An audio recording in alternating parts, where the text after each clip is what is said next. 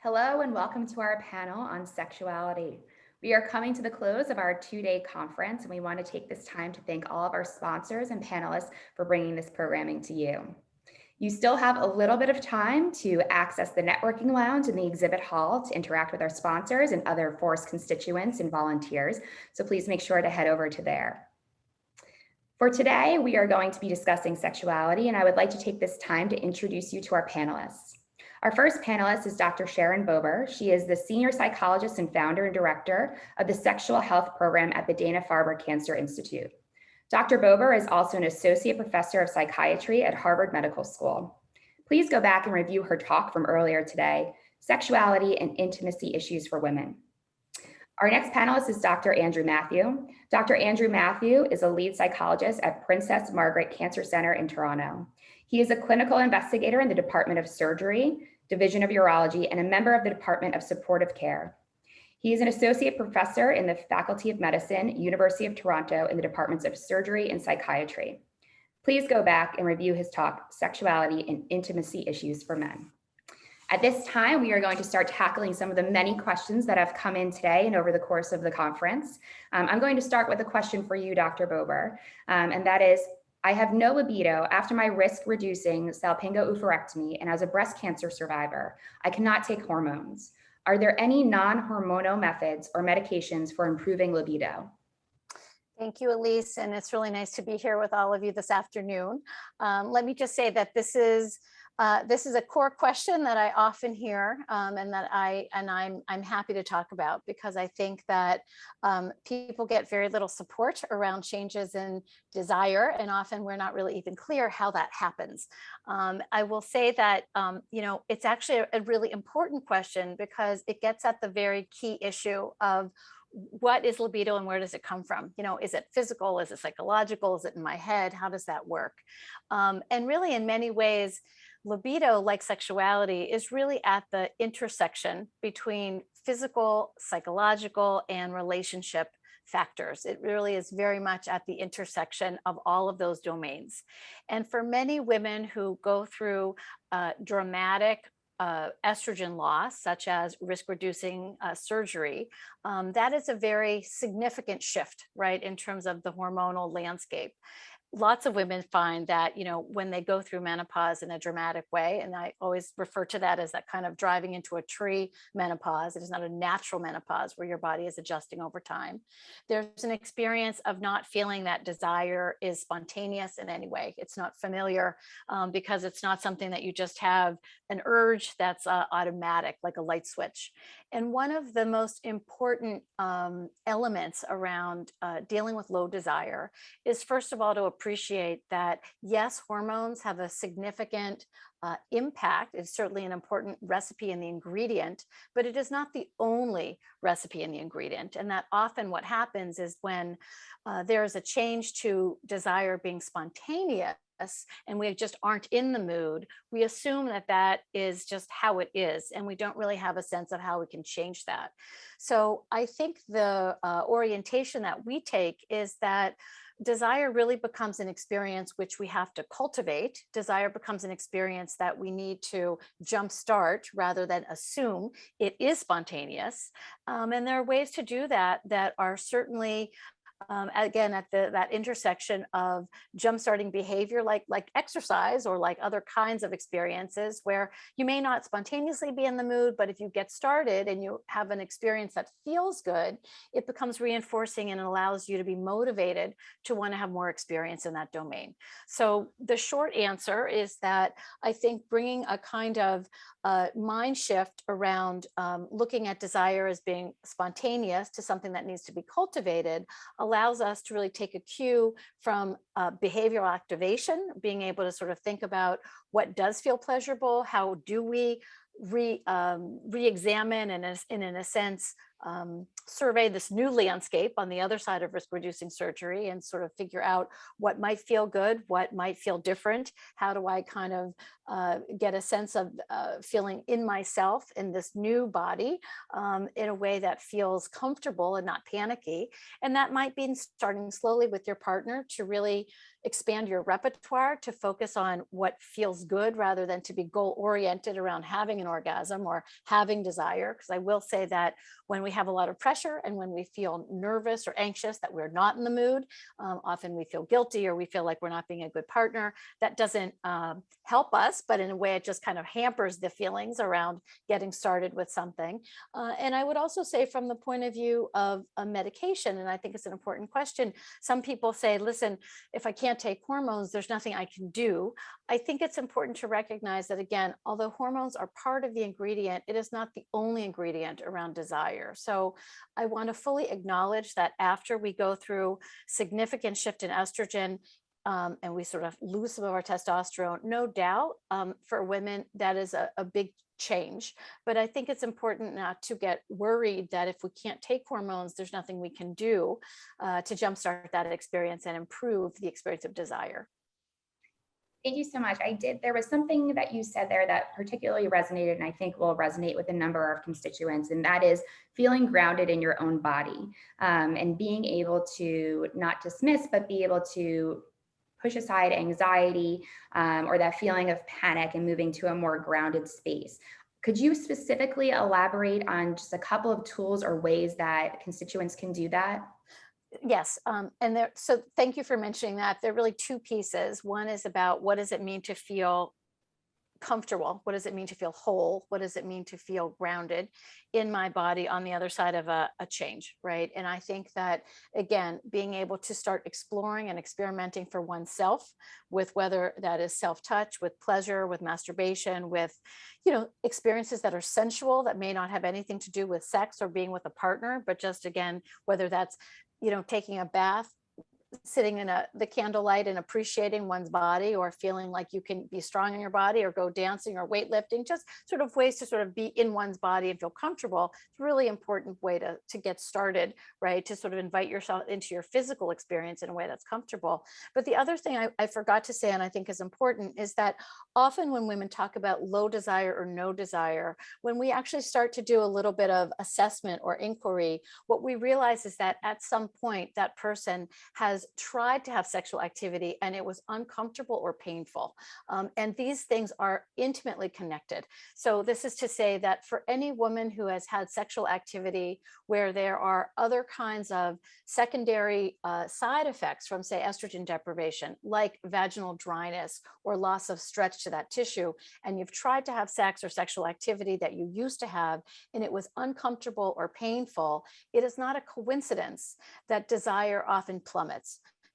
Most people are not interested in having sexual activity if it hurts. So I would say that for lots of women, the presenting problem may seem like it's low desire. And what we often find is that that is really coupled with an experience around sexual activity that is physically not pleasurable, or that is uncomfortable or painful. And if that is the case, it is critically important to figure out what are the issues that we need to deal with. How do we make sexual activity pleasurable? How do we make sure you're not having pain or discomfort? That's number one. And number two, in terms of desire, if there's an issue in a kind of relationship dynamic where people are feeling guilty or ashamed or frustrated or pressured, that does not help the situation either. So again, that's often there's a piece of work there that might need to be done with a partner, explaining what's happening, allowing people to find a way to start slowly and take the pressure off, because often that is, again, another real ingredient that kind of dampens any desire or inclination to want to be close or intimate. Excellent. Thank you so much. An incredibly thorough answer. And to segue off of that, Dr. Matthew, I do want to touch on some of those physical challenges that our constituents are meeting that are affecting their sexual health. So this constituent wrote in, I'm a colorectal cancer survivor with a colostomy. I'm getting back into dating. When is it best to tell somebody that I'm dating? What timing is best? And how do I overcome my fears about my first sexual experience with somebody? Gosh. Well, first of all, it's a real pleasure being here today and talking at Force and being part of the panel. Nice to see Dr. Bober.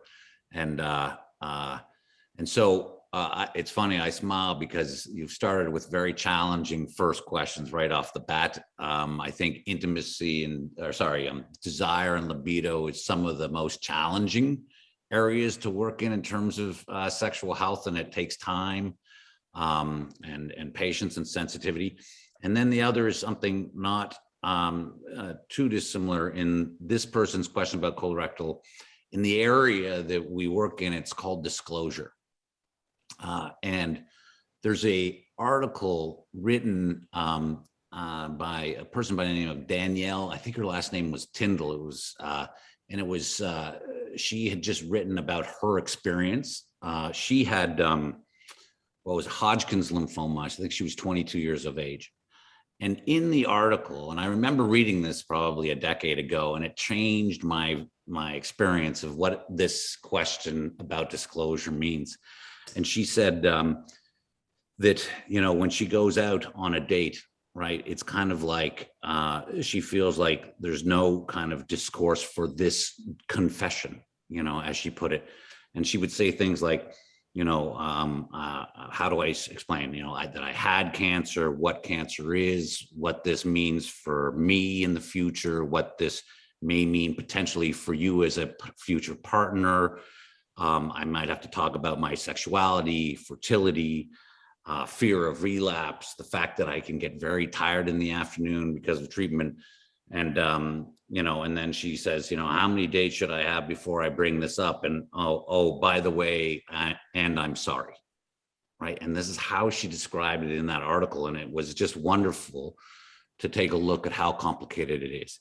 And I think there is no right or wrong answer, but the idea is that what you've experienced in colorectal and having an ostomy, the idea is that it is still your private information until you're ready to disclose it. And so the idea is that when you start dating, it's really the time at which you start to build trust and intimacy with the other. And once you develop that level of trust, then you may trust that person with the disclosure, with the idea of understanding that given that you've developed this, that person will be sensitive to the issue. So I'm not making light of it, but I don't go out on the first and second date and immediately disclose that my mother's crazy, right? It's something that you develop with that person that you're with, and when you're feeling safer, because you feel like you're closer and connected to that individual, that's when you can begin to disclose, and it's done and it can be done in a more comfortable manner because you don't feel it is as threatening. So there's no date one or date four, but it really does go with how, for lack of a better description, how mature the relationship is progressing, and at that point in time. And remember, you didn't put up your hand to have colorectal cancer, right? And so it's not, to the degree to which you can manage it, it's not something that you should feel shame for. It's just something that you've needed to accept and adapt, and the degree to which you've done so, you can understand that others will also be able to do so. Can I actually add to that? I love Dr. Matthews' answer. We do these, my colleague and I do these dating workshops at the Dana-Farber. And, one of there are two little tidbits I want to share. One is that it's really important to remember that if you share a little bit of information, it doesn't have to be all or nothing, right? So sometimes it's helpful to be able to say, actually, I've had some health issues in the past, went through cancer, and I'm wondering, if we could talk a little bit about that. If somebody at that point kind of leans in and wants to hear more, that's very different than if they run screaming out of the room, right? So you don't have to it doesn't have to be all or nothing. You can put a little bit of information out there and see what you get back. But the other piece is that if you put a little bit of information out there and what you get back is not interest, right? Or you get a sense that this person is freaked out or doesn't want to be with you or wants to go in a different direction. Let me just say, you saved yourself a lot of trouble, because you're not going not going to want to be with somebody who kind of can't handle or doesn't want to be with someone who's gone through this, right? And that's actually really good information to have, right? So I would say that, if you think about that, the idea of like, well, I shouldn't say anything. Actually, at a certain point, and to Dr. Matthews' point, it's only when you're comfortable to do that you do. But if that person hears this information or hears this part of your story and is kind of turned off or tunes out, I would just say you've just saved yourself some trouble, because you wouldn't want to be with somebody who doesn't have the kind of maturity or depth to be able to handle that experience. Absolutely. And just to continue along that vein, and I've dealt with many patients, and they'll say, my challenge is that if I bring it up on the first date, there is no second date. And then if I wait too long, then I feel like I've betrayed the person because I haven't let them in on something that's very important to me and potentially to us. And so that's that balance that we're talking about, is that when you actually feel that you're approaching the idea of betraying, the idea is that's a reflection of the fact that you're getting closer and that you're getting more connected. And so that likely, is really just allowing you the experience of saying, look, it is important to me that I talk to this person about it. And then when you begin to do so, just follow exactly what Sharon said. If they run, then you're lucky. Sound advice. And I will totally agree with you there. So it's a good litmus test, right? So for our next question that came through for a constituent, this has been an overwhelming question that we do get, and it comes from somebody who's in a committed relationship, has been in a long-term relationship. So kind of on the other side of things. This is a breast cancer survivor who has gone through medically induced menopause, and they are asking, they are able to reach orgasm, but it takes much longer than it used to, if it doesn't happen at all sometimes. And they're wondering what can be done. It's a good question, and it's one that lots of people deal with, not just on the other side of breast cancer, but often just after menopause, right? Where sometimes, what we know is that often women need more stimulation or more intense stimulation. And at the same time, if that tissue is kind of fragile, too much stimulation can start to hurt. So again, you have to sort of find that right balance. But I would say a couple things. It's actually a great opportunity for me to get that important point across, which is that it doesn't always have to be about orgasm, right? And I'm not trying to in any way devalue the pleasure of having an orgasm. But when orgasm becomes the primary focus or the only way that we can kind of measure whether a sexual experience was worthwhile or satisfying, I do think it adds a fair amount of pressure and a fair amount of expectation to an experience, which can actually be very pleasurable without necessarily having orgasm. So I think there's room for a negotiation there. But that being said, we do know that when, for example, women or individuals have more experience with, for example, getting good blood flow to that tissue, you sort of get exercise to that tissue. Often people find that when they practice using a vibrator, for example, again, whether that's for themselves or with a partner, and there is more experience kind of getting back to having nerves firing and blood flowing, that tissue, it actually can become easier to have an orgasm. Orgasm, again, happens as much in the brain as it does in the genital tissue. So there's really a combination of both a physical experience and very much a cognitive, a sort of affective experience. So I think that, again, I hate to sound like a broken record, but we're looking at that kind of that balance, right, between focusing on helping people enhance pleasure, right, which is both, again, happening at a in the brain as much in the genitals, and also sort of having a physical experience, which makes the stimulation more comfortable. So to the point of, why does it hurt? Sometimes people, for example, aren't using enough lubricant. Again, want to make sure that the physical stimulation itself is pleasurable. Huge fan of using vibrators, because I think often the vibrator can allow somebody to get more intense stimulation in a sort of more bang for your buck, so to speak. So I think that can be helpful. And I think that, this is where people really have to, with their partner or starting with themselves, just do some open experimenting to figure out what might feel good, what might heighten the experience, what might turn you on. I'm always very aware that when we're in a situation, men or women, and we are feeling self-conscious that it's either taking too long and that tape loop starts playing in our head and you're thinking, geez, my partner's going to get bored, or maybe this is taking too long and what's wrong with me, that really interrupts the whole flow, right? One's no longer in the experience, but one's then having an experience of being a spectator, of watching one's own experience and judging, right? And feeling self-conscious. So I would say good example of how we really have to kind of take a mind-body approach in that situation, and help people really enhance the strategies that they're using and find additional strategies to focus on what is pleasurable. And related to that, and this is kind of going to be the global statement for this whole thing, and that is the degree to which, as a couple, you can increase your communication about the impact of the cancer and how and the treatments and how it's affecting you, or your sexual health, is a real pathway towards being successful as a couple, to reestablishing kind of an optimal sexually satisfying life. And it seems simple, but the fact is that if you think about it, especially in this case, we have a couple that's been together for a very long period of time. I mean, if we think back to their beginnings of their relationship, they'll have met each other, and then that relationship will have transitioned to a sexual relationship.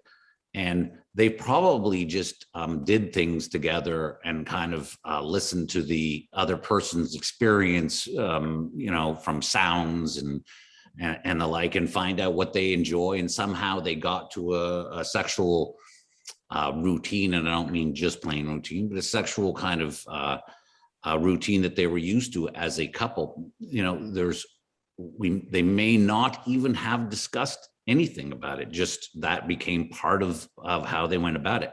And then we flash forward 30 years later, and everything's changed, and we're not used to talking about sex, even with our partners. It's kind of an interesting, almost taboo. It's like that's what happens in bed, and we lose ourselves as a bit animal, like pre-man, pre-cave person thing. But the idea is that if we actually sit down and talk with each other in a really sensitive and manner, it can be very helpful for issues such as what's just being said. Is that it'd be interesting to find out what the meaning of the orgasm means for both members of the couple. And it's not uncommon where I've worked with couples where if it's a heterosexual couple, the male is working. It's very important that he brings his partner to orgasm, and this is, and he feels like he's really letting her down. And then the female partner says, I'm trying to reach orgasm because I know it's so important to my husband, because this is, right. And so it gets to kind of the gift of the magi, right? It's like they're both doing something for each other that in the end, there would be a better process of going about it if they had really nice, open communication about, does every sexual activity encounter require that the orgasm be reached, and what does that mean, and how can we how do we renegotiate that sexual experience? And the other thing related to that is that if the pressure gets taken off, right, then sometimes the orgasms are easier to reach because you're not focused solely on the. To Dr. Matthews' point, that's what I call the military campaign of trying to have sex, right? So, that is often not a big turn on, really, in the end, right? You need to sort of really kind of have a new chapter in terms of what that looks like. Yeah, and I also think that speaks really well to what you touched on earlier, Dr. Bober, about the sexual response cycle and making that mental switch for yourself from spontaneous desire to experience that needs to be cultivated. So whether that's through conversation, but there are many of our constituents who do have very physical symptoms that are affecting their sexual health. And one of them that comes up more often in these conversations than not is around vaginal dryness. Sure. And so our constituents are wondering, are there specific steps or tools they should be using at home that do not involve medication that can give them some relief from the symptom? Sure. Yeah, no, thanks for asking. And I know I went to both Dr. Larkin's talk yesterday and the menopause talk this morning with hormones. And I think the point that everybody really is universally acknowledging now, which I'm delighted to hear, because I don't think it was always sort of stressed, is that women need to know how to take care of vaginal health. I think I want to sort of step back and say that's about sex, but that's also not about sex, right? That's just about taking care of your body. So regardless of whether you're sexually active with yourself, with another person, or not at all, it's important to know how to take care of your body, including your vaginal health. And in terms of vaginal dryness, which is a real issue with or without sexual activity, it's important to recognize that women have to get a moisturizing regimen that works for them. And so sort of summing up all of these talks, I think the key is not, do you use vaginal estrogen or don't you? But it's really figuring out what is the right method for you, between you and your doctor, between you figuring out what you're comfortable with. We do have moisturizers that are over the counter that are non-hormonal, in addition to vaginal estrogen, vaginal DHEA. All are on the table, again, in terms of good options. But what's important to remember is that vaginal dryness does not resolve itself. It does not get better over time. So everyone really needs to figure out a moisturizing regimen that is sustainable, that is manageable for them. So I think the key here is whether it is checking out some of the over-the-counter moisturizers. Again, I think it's important to try one product at a time so you know what works and what doesn't, but to really find something that that feels comfortable, that you can use 2 to 3 times a week. Some women need to moisturize 4 or 5 times a week, depending on how dry they are. But that it's a really important point, because if you're uncomfortable and that tissue is dry, it's a limiting factor in so many things, not just, about sex, but other kinds of physical activity, riding a bicycle, etc. So I think the key is about using a good moisturizer, getting a lubricant that feels comfortable during sexual activity, that feels natural. We have so many products on the market now that are so much better than just the limited number of options even 10 or 15 years ago. And, I think that there are lots of good resources online if people are looking for specific recommendations as well. Yes. I'm going to ask a very similar question to you, Dr. Mackey, because we did have this come in from a constituent, but it is related to erectile dysfunction. And that is that it's gone untreated so far for this constituent, but they are ready to step into treatment, but just don't know where to begin and what their options are. So if you could give a brief overview of kind of what the medical options and treatments are for erectile dysfunction, that would be very helpful. Certainly. So one, just to remember that if this is cancer related, your oncologist or the clinic, there's really no question that that a person should feel uncomfortable asking about their cancer and the treatment and the side effect profile, and that is also specific to sexual health. And so, bringing up the fact that you're experiencing erectile dysfunction with the clinic is very important. Hospitals have varying levels of sexual health support, but we can take a look at, it depends on the type of treatment, and that will reflect the type of erectile dysfunction that's being experienced. There's if it's a surgery to the pelvic region, they can have the nerve bundles can be disrupted by the surgery. It's not kind of an on and off switch. There are times when they have to completely sever those nerves, but that's the rare case. So you can have some partial nerve sparing. And that's why there's some real differences in the way men will respond to certain pro-erectile agents, which I'll get to in a minute, because it all depends on the level of damage and recovery of those nerves from surgery. Radiation to the pelvic region can cause some brief erectile dysfunction during the active phase of radiation, but it usually actually reconciles. But radiation is known as the gift that keeps on giving. It will have an effect often in the second year after treatment or third or fourth year after treatment. What we try to do is we try to treat with the least invasive method through and then continue on, and also match what are the desires of the patient. If a patient just wants to kind of maintain their penile health for a period of time and let the recovery occur more naturally over time, then we'll start with a very with a least invasive method, such as a PDE5 inhibitor. Those would refer to Cialis, Levitra, Viagra. If someone wanted, erections right away up front, then we might go to something more invasive like ICI or intracavernosal injections, which are actually injections to the penis. So we'll go backwards a little bit. The PDE5 inhibitors can be very successful. It is important to learn how to take them. So it's not just that you take the box, you go home and you pop one in your mouth and it works. It takes, you need to get the correct dosage, but they also generally like an optimal situation. So the idea is that they don't like the presence of alcohol for the most case. They need digestion to have occurred in order for the agent to be saturated for its optimal dose.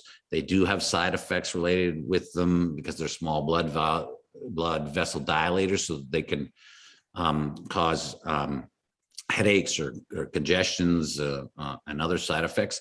So it's important to work with your physician, and you can even go to your GP if they feel comfortable enough to work in the arena, knowing the cancer background. And then you could move to Muse, which is a microsuppository, which is a little tiny agent that you can slip into the tip of your penis through the urethra, and you massage it in. And it's a localized agent, so it doesn't require the nerves that may have been injured during your treatment, and that can be useful in about 50% of men. Then there's the injections. They're actually extremely successful in the 90+ range. And the bark is worse than the bite. The idea of injecting your penis usually turns men off almost immediately. But it's a very small gauge needle, not bigger than the needle you get, for instance, for a flu shot in the arm. The shaft of your penis really doesn't carry a significantly more sensory nerve bundles than your arm. The tip, of course, does, but you'd never inject it in the tip. And men who utilize the injections are often quite satisfied. So that's an option. But for this person, it's okay that they're 4 years or 5 years out. We've tried very hard to determine that if, early upfront return of function or use of pro-erectile agents is super important for long-term health. And the fact of the matter is the data just doesn't bear that out to a great degree. We want to keep the penile tissue healthy. But the idea is that it's perfectly fine 4 years later. I would suggest earlier, because we don't want it to stay, not focus on that particular part of your sex life or erectile functioning earlier on. But this gentleman can certainly go back and try to go through that process. The other final one is obviously the vacuum device, and it's an excellent option for those that do not want to engage in any kind of medication. Excellent. Thank you. Very thorough answer. So Dr. Bober, this constituent is writing in, and it's actually a question that's come up in the chat multiple times here, and it's about those long-lasting psychological effects. So when we talk about body image, or when we talk about surgeries that have done and people are feeling disconnected from their body, they're feeling disconnected from their breasts, they would like to know what methods they should put in place in order to get themselves psychologically out of the stage from being in survival mode to getting back to their sexuality. So it's a good question, and I can't say that there's one stop shopping easy answer to that, right? But I do think that this is it's a good segue to talking about how we really need to be able to do that kind of mind-body work, right? We really need to be able to sort of help people think about the raft of automatic thoughts that are often cycling through our head and that really are distracting, right? So lots of times, first of all, let me just say, how we think has a big impact on how we feel, right? And when we are when we are engaged in any kind of, potentially intimate encounter, I don't think it's a coincidence that often, as opposed to when we're running around going through our day, multitasking and doing 1,000 things, we don't think about these things, right? But that somehow all of a sudden, when it's quiet and when with one's partner, and all of a sudden, all of the distraction of the day kind of melts away, that all of these automatic thoughts about fear, about our bodies, about death, about cancer, all of a sudden become very present. And I think that it's also a really important point to make, that often we feel like a hostage to our thoughts. It's kind of like, oh my God, I can't stop thinking about this stuff. It's distracting. How do I stop thinking about it? We use a lot of mindfulness based therapy in the program that I work in, because the point is that often when you are at war with your own thoughts, when you're telling yourself, I can't be thinking about something, you think about it more, right? And being able to work with, whether it's a therapist or a counselor, to be able to sort of help get some clarity around how to let go of some of the judgment and the intensity around some of these very big thoughts, but how to be able to invite yourself to notice them, become aware of them, and then essentially let them go, detach from them, so that they are not like a drumbeat in our head. It's a very important aspect or element of how we can become present to our current experience without being distracted by this sort of chattering monkeys of thoughts and voices that are kind of constantly in our heads. So that was a very poor summary of what sort of, we sort of think about when we talk about mindfulness and intentionality and thought and action. But the idea is that when people say to me, how do I stop thinking these thoughts? My first question is, it's not really about, do you really have to stop thinking about them? Or can we sort of change our relationship to these thoughts that come and go, and how can we really sort of allow you to heighten and focus your intent, your sort of intentionality and your intention and your real experience of being in the moment, right? Whether that's with yourself or with a partner, without feeling distracted by something that is circling in the back of your head. And I think a lot of the time, the key is being able to not beat up on yourself that you might have certain thoughts, but to have a greater sense of compassion for oneself, right? To be able to have a sense of compassion that it's normal, that people can have all kinds of worries and thoughts and fears that bubble up, but then to recognize that we're able to sort of notice them and keep going, rather than feel that, oh my goodness, that derails the whole experience. Does that make sense? That often the feeling is that if I'm having that thought, then I get distracted, it ruins the mood, I'm done, I'm out, I can't participate in something anymore. Whereas if we can take a very different approach that says, listen, I'm going to assume that there's going to be all kinds of thoughts that come up. It makes sense that you're going to have all kinds of thoughts that come up, but can you kind of have enough compassion for yourself that you're able to pause, notice them, and then kind of keep going, or be able to sort of then refocus yourself back to a very real experience of sensuality or pleasure that feels safe, that doesn't feel scary. It's a very different approach than saying, how do I just not think what I'm thinking? Or how do I just not think those thoughts that keep coming? I mean, again, I'm very ineloquently describing what I think is a very important strategy around some of this, which is really what we think of as kind of mindfulness-based therapy, mindfulness-based cognitive therapy. But it's really helping people, I would say, expand or redevelop their relationship to many of those thoughts that keep bubbling up. And you did mention sexual therapists, and Dr. Matthew, you did briefly before mention talking about your provider team. We do have a number of people asking how they can find sexual therapists in their area, specifically if you are a couple who are both experiencing or going through a hereditary cancer journey and are both not feeling sexually connected to your own bodies or each other. What resources can constituents access in order to find help in their immediate areas? Andrew, do you want to start with that one? You start, because it's probably going to be more in the US than here, but let's try what's the US answer? Okay. Well, what I would say is that the good news is that there are many more resources now than we've had before, right? I mean, I get emails constantly from people saying, we're starting a sexual health program at a cancer center somewhere. Can you help us? So, obviously this isn't something that's, everywhere you look, but I would say that many of the major cancer centers have therapists, have psychologists who are doing some of this work, who have programs, and more importantly, have websites with a lot of information online. I know that we have a number of major organizations, whether it's Force. I mean, all the talks I've given are on the Force website, right? So there's plenty of information that is now kind of digital, which you can, reach through organizations like Force, Living Beyond Breast Cancer, the Movember Foundation. Andrew and I have worked closely on a project that's for couples after prostate cancer, that's sort of sponsored by a foundation now through the University of Michigan on their website. So we definitely have resources that we didn't have before that people can access online.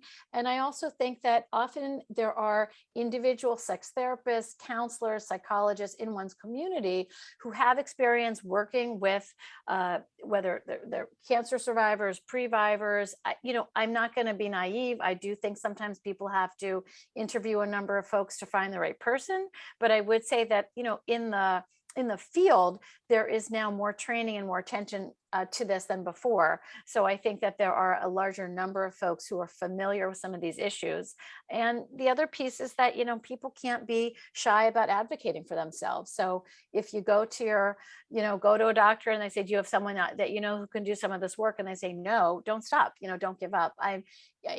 People often ask me this question. I am excited that more people are focused on cancer and sexuality than ever before. So I think we have more people who are doing some of this work. And I think it's possible you might live in a community where there isn't someone, but this is where I would say getting online, whether it's for the Dana-Farber, Memorial Sloan Kettering, Mayo Clinic, the University of Chicago, all have really rich resources that are readily accessible and free. So that would be a place to start if you can't find somebody in person. Andrew, how's it like in Canada? Yeah, well, I mean, it's similar. And I think an important point, your first access point, hopefully can be the institution in which you received your cancer care. Many, and believe me, this is remarkably changed in just the past 10 years. So many will have some form of resource. All right. The other thing is to remember is that the psychologists aren't just one type, and social work and sexual health counselors are not just one type. For instance, for Sharon and I, when we register as psychologists, we're broken down into, are we working with adults, adolescents, children? Can we work with couples? Can we work in health psychology, in clinical psychology? And we register in each of these areas. And so I think to the degree to which you have choice, and depending on where you are, the more you can find somebody that that works in health, and then that works in sexual health, and then hopefully in oncology, right? The better off the service you're going to get. So take your time to find the right person. It may cost some money. Let's say it costs $200 an hour or something along those lines, if that's the way, and may not be covered. But imagine if your knee surgeon said, you need a brace, and that brace costs $1,600, it would take you 2 seconds to buy that brace. And that'll buy you a number of sessions that can help you about something that's very important. To that point, we did have this question come through a number of times about covering costs. So specifically, this constituent wants to know, do health insurance companies typically cover costs for vibrators or other devices used to increase libido or sexual satisfaction when it is a relative symptom or side effect of treatment? Not that I know of. I wish they did. That would be a really good thing. We hear from men all the time that insurance might pay for 4 Viagra a month or 6 Viagra a month, when we think, well, from a kind of a penile rehab point of view, we should be using low dose daily, right? So there's a disconnect there between what gets paid for by insurance that's considered, like recreational sex toy versus what we think of as being actually therapeutic or rehabilitative. So I can't say that is the case. I don't even know if FSAs, cover vibrators. I'm not really sure about that. And I would say that's a